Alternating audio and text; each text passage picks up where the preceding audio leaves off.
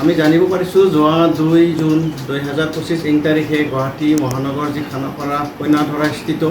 যি ৰাজ্যিক অতিথিশালা, এই অতিথিশালাত অসমৰ মাননীয় মুখ্যমন্ত্ৰী আৰু মেঘালয়ৰ মাননীয় মুখ্যমন্ত্ৰী ক্ৰমে হিমন্ত বিশ্ব শৰ্মা আৰু কনৰাড চাংমাদেৱে যুটীয়াভাৱে যি বৈঠক বহি তেওঁলোকে কিছুমান সিদ্ধান্ত লৈছে আৰু সেই সিদ্ধান্তত আমাৰ অঞ্চলৰ এটা সিদ্ধান্ত আমি জানিবলৈ পাইছোঁ আৰু সেইটো হৈছে যে সেই দ্বিপাক্ষিক বৈঠকৰ অন্তত কুলচি নদীত এটি 55 মেগাৱাট জলবিদ্যুৎ প্ৰকল্প নিৰ্মাণৰ বিষয়ে মুখ্যমন্ত্ৰীদেৱে ঘোষণা কৰে আৰু এই যিটো 55 মেগাৱাটৰ যিটো জলবিদ্যুৎ প্ৰকল্প, এই প্ৰকল্পটো 62 মিটাৰ ওখ পকী বান্ধেৰে নিৰ্মিত কৰিব আৰু প্ৰায় 10খন গাঁও, সেই অঞ্চলত বসবাস কৰা 10খন গাঁও মানে উচ্ছেদিত হ'ব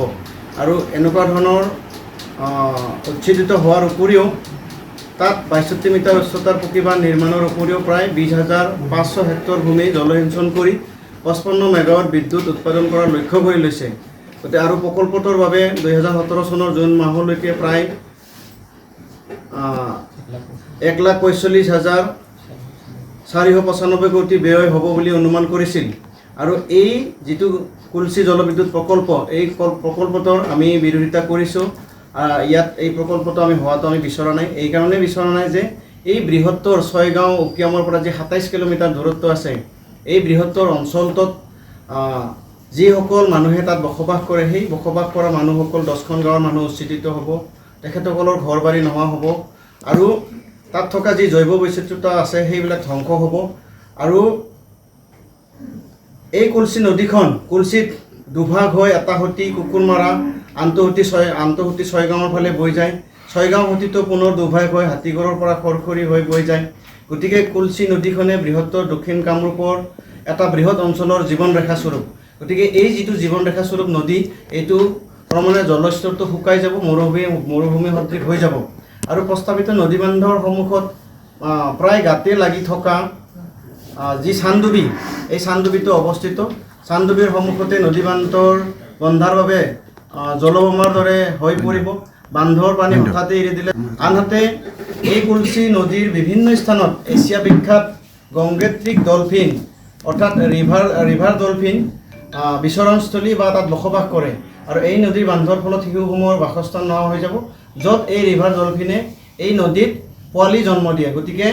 এই শিশুটো এই পৃথিৱীৰ পৰা নাইকিয়া হৈ গুচি যাব। যিহেতু কুলচি নদীখন দক্ষিণ কামৰূপৰ বৃহৎ অঞ্চল এটা সামৰি বৈ গৈছে, হঠাতে নদী বান্ধৰ পানী এৰিলে বানপানীৰ ফলত দক্ষিণ কামৰূপ অঞ্চলৰ বাসিন্দাসকলৰ খেতিপথাৰ পশুধনৰ বিস্তৰ ক্ষতিসাধন হৈ পৰিব আৰু অকল এই ছয়গাঁও অঞ্চলতেই নহয়, এই নদী বান্ধৰ ফলত ছয়গাঁও অঞ্চল, বৰদুৱাৰ অঞ্চল দুয়োটা অঞ্চলতে সমানেই প্ৰভাৱ পৰিব আৰু প্ৰস্তাৱিত প্ৰজেক্ট এৰিয়াটো উকিয়াম, সৰুপানী,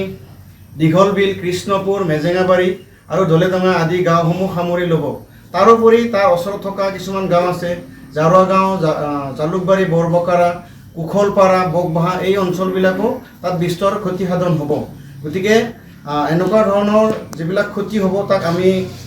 সমৰ্থন আমি কৰিব নোৱাৰোঁ আৰু এই প্ৰকল্পটো আমি ইয়াত হোৱাটো আমি নিবিচাৰোঁ, ইয়াৰ আমি বিৰোধিতা কৰিছোঁ। পৰৱৰ্তী পৰ্যায়ত আমি যদি চৰকাৰে এই বিষয়ত যদি মানি নলয়, তেতিয়াহ'লে আমি অঞ্চলৰ ৰাইজে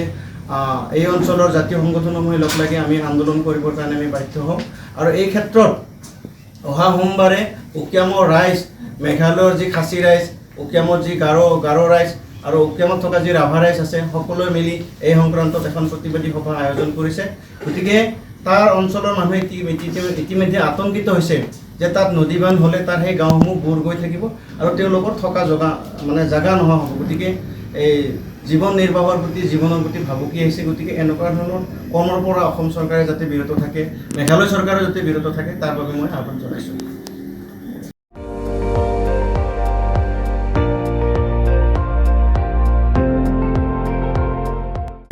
আপুনি চাই আছে ND24, সৰ্বশ্ৰেষ্ঠ নহয়, সৰ্বোত্তমৰ দৌৰ।